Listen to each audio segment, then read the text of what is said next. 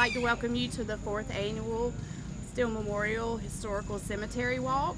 Our tour is going to be virtual this year, as are all of our programs, and you can find them on our Facebook page, and if you like them, you'll be able to see more of our programs.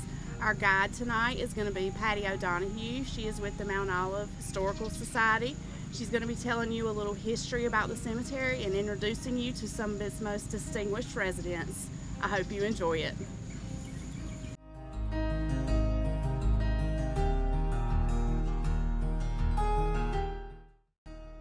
Hello, I'm Patty O'Donoghue, and I'm with the Mount Olive Area Historical Society, and we are really pleased to be a part of this virtual tour today. There are many interesting things to see here in Myrtle Grove Cemetery, and you need to come sometime and just walk through. It is beautiful. Two of the things I'd like to note right away are we have these two very unusual markers that are tree stumps. This one, of course, has an identification on it. It is quite old. I'm thinking 1789, very old. This one, however, we don't know anything about. This is a small one, and the only word on here is infant. And my understanding, it was an infant who died in 1898, born and died in 1898. So kind of sad, but very interesting for our cemetery.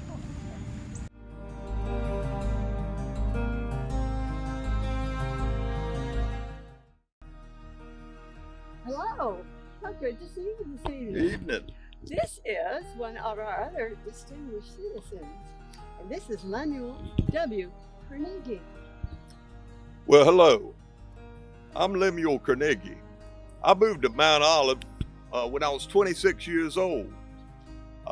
The next year, in 1858, I married my sweetheart, Nanny Lofton, and built a house over on College Street. It was a handsome house. I gave it to her as a wedding present. That same year, I built the first brick building in Mount Olive, over on College Avenue. Yep, it was right beside where you folks may know about the Buddy's Jewelry building. But it got tore down, I believe, by the Mount Olive, or Bank of Mount Olive, which is Southern Bank. I don't know, I don't get all those names, but that's what happened, and they tore it down and turned it into a parking lot, whatever that is. I became station master for the railroad. And when I did that, I thought that was going to be a great job until the Yankees came raiding into town. And they were 500 Yankees, and they were led by Major Gerard. And I tell you what, they were here because down a ways at Whitehall, you may know it as Seven Springs, they were having a battle down there in December of 1862. But anyway, they grabbed me and the people waiting to get on the train and tied us up. We were scared to death. We didn't know what was going to happen. It was a real pickle. And the next thing we knew, they were tearing down the telegraph lines, pulling up the railroad tracks. They burned the depot. Then they let us go without harming us. But it kind of got in my crawl a little bit. So I joined the Confederate Army after that. And I was a member of Company B of the 27th North Carolina Militia. Yes, indeed. Right after the War of Northern Aggression, my brother William came here, and he and I worked in the business together, the brick building that, was Carnegie Mercantile Store. And he built a really nice house over on 305 West Center Street, I believe. I think the Bell family lives there now. I was proud to be a member of the Mount Olive Methodist Church. Actually served on the board of stewards. Those were good times. Yet I died early at the age of 44 in 1875. I sure loved my time here at Mount Olive. Met a lot of nice people. Well, it's about time for me to be going. Y'all be safe out here tonight.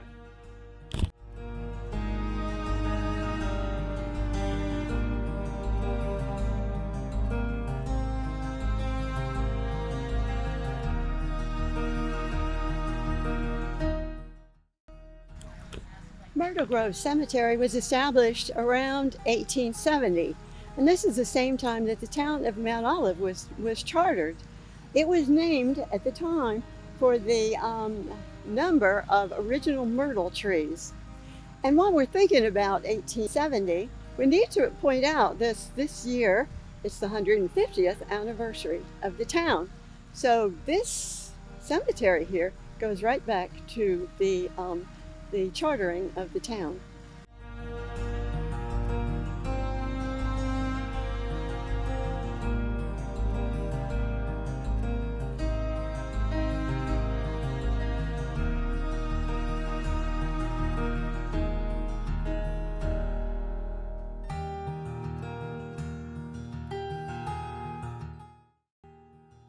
Well, one of the things I would like to point out is we have something called the Myrtle Grove Preservation Project. And interestingly enough, it's being conducted by one of our volunteers, Dick Cobb. And what Dick has done is unbelievable, because some of these headstones that we see here were in the ground. They were so dirty you could not see the dates. And the amazing thing is Mr. Cobb came up with a cleaning solution that when they go on these really dirty and old stones, you can actually see the dates and the names. He has done a wonderful job, and there is a huge difference between when we first began these tours and today, and it's really because of Dick Cobb and his volunteer work, and we really appreciate that. The cemetery looks so much different. Hello. Hello. How are you? We're so glad to see you this evening. I understand you're Sam Bird. Indeed I am. All right. Well, Sam, why don't you tell the folks all about yourself? My name is Samuel Bird Jr. I was born in 1908 to Samuel Bird Sr. and Frances Lambert.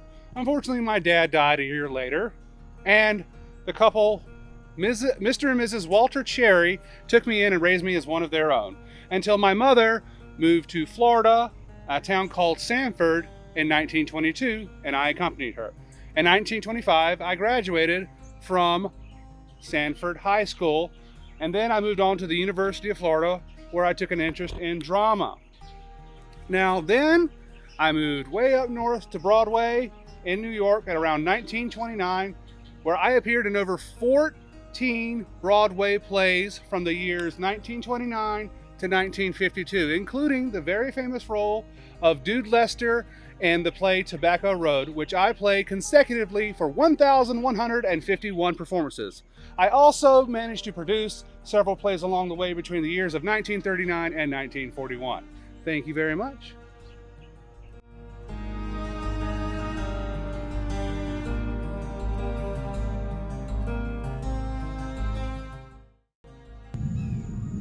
Now you'll notice our gazebo. The gazebo was built in the early 1900s by Richard Wooten, and he's father of Elizabeth Wooten Holmes, who herself was a very civic person in the community. It has been refurbished twice. Once in 1986 by James Carnegie, and then again in 2009 by Kenny Lee. And both of these were done as Eagle Scout projects.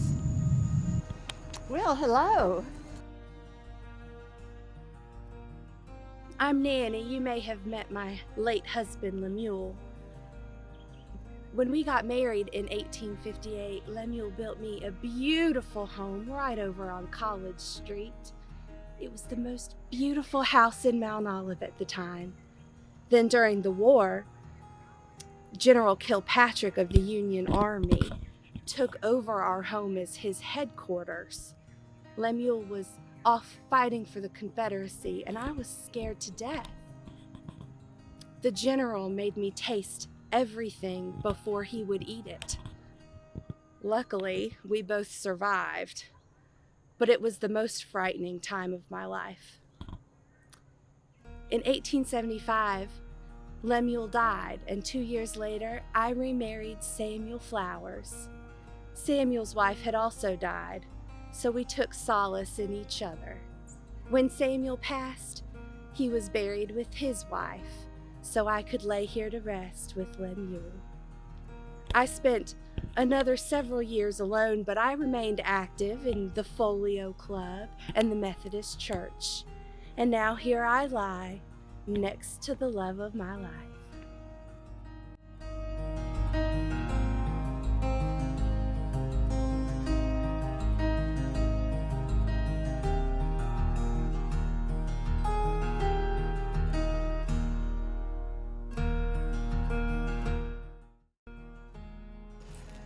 The town of Mount Olive was named actually in 1853. And what's interesting about that is Benjamin Oliver, who was a plantation owner and a merchant in Duplin County, named the town after the biblical Mount of Olives. Well, now the story is that when the passengers came into the Mount Olive depot, they got out of the train and they would look around and they'd say, well, where's the Mount of Olives? And so the locals would point to a tree line and say, the Mount is over there. And then they would point to another tree line and say, the olive groves are beyond those trees. And the passengers got back on the train and were satisfied.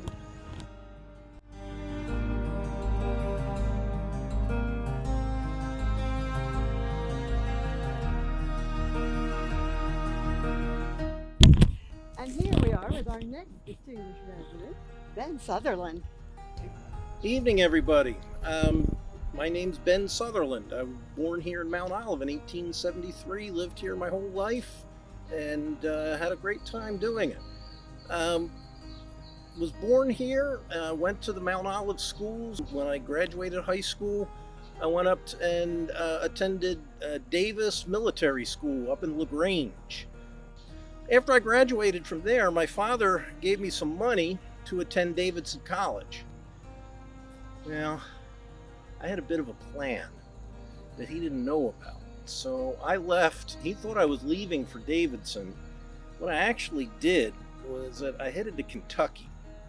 And I used the money that he gave me to attend Davidson College, and I bought a train full of mules. He was not happy about that. As a matter of fact, I'm not sure that he ever forgave me for it, but it did work out for me okay, because I brought those mules back home, was able to trade and sell them and establish a business right here in Mount Olive. I had stables that one person called the finest stables south of Richmond. And I expanded into carriages and wagons, and I, all modesty, by about 1913, I was taking in about $300,000 a year. So I think my dad finally forgave me about that point. By the end of my life, I was doing pretty well. As a matter of fact, I don't know if I should take this as a compliment, but some people around town said I really like to flaunt my money. That I drove around in big cars and had servants in my house. And one point I actually bought some farmland up in Calypso, including a cotton plantation. And again, business. Every year the school would close for one day so the kids could go pick my cotton for me. And I made it a contest. Whichever class picked the most cotton got a prize. They got a brand new dictionary on a brass stand I got for them. Don't worry, I took care of everybody else though. All the other kids got paid in barbecued pig. But I lived until 1925. I lived here with my wife Julia. We attended church here in town. I was involved in the Odd Fellows and the Elks, and all in all, I think it was a pretty good life, and I enjoyed a lot of it. Well, thank you for visiting.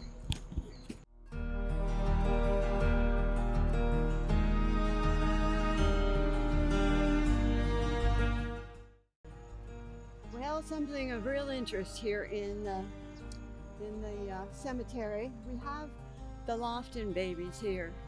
We're talking deaths in 1902, 1905, 1907, and 1909. It was Elizabeth, William, John and Nanny, and it tells you how hard things were in those early days.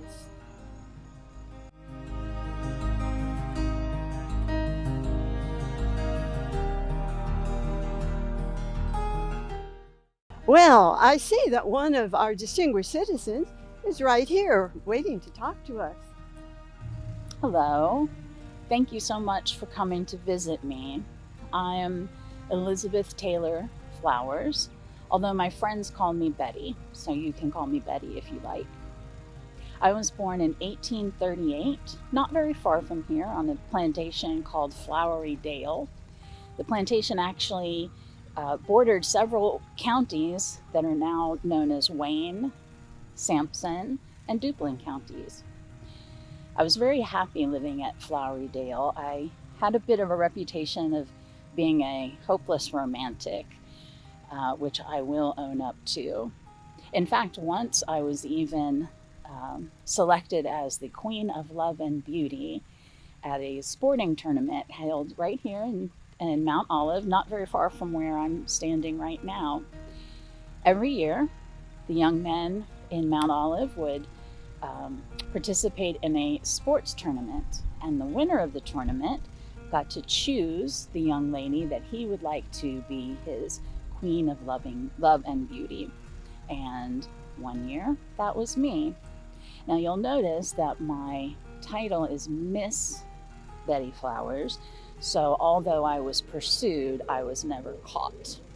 I was very happy living at Flowery Dale Plantation, but unfortunately the house burned in 1878. However, that same year, some family members and I purchased a home at 304 East James Street, not very far from here. We called the house the Elms. I loved living at the Elms.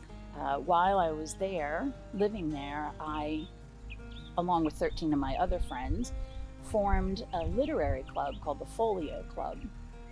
This gave us the opportunity as plantation ladies to spend some time with the town merchants' wives, and we would get together, we would have tea. I loved Charles Dickens, Sir Walter Scott, and William Makepeace Thackeray. Those were some of my favorites. Friends and I very much enjoyed the Folio Club. I was actually the club's very first president. I'm very proud of that. The Folio Club was a forerunner of the very futuristic sounding Mount Olive 20th Century Club. That literary club was actually the longest continually operating literary club in Wayne County and one of the oldest in the entire state of North Carolina. I continued to host teas for the Folio Club, which I loved doing. I would spend days preparing tea cakes and iced cookies and candies and jams to share with my friends at the Folio Club. In 1898, I moved to Goldsboro to be with some family members, and that is where I passed away in 1916. I am very honored and humbled to be considered an important figure in Mount Olive history, and I thank you so much for coming by and visiting with me.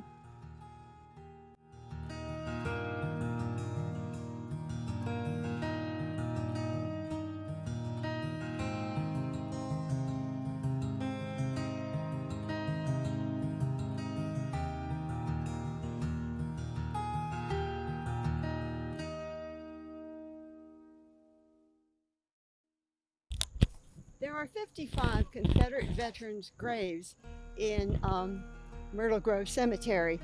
And one of real note here is William F. Pollock. And he died in 1870. And as far as we know, this is the oldest identifiable grave site in the cemetery. Pollock family was very influential. We have a street in town named after the Pollock family. And what's interesting is it's the widest street in town, with the idea that one day there would be streetcars coming through Mount Olive.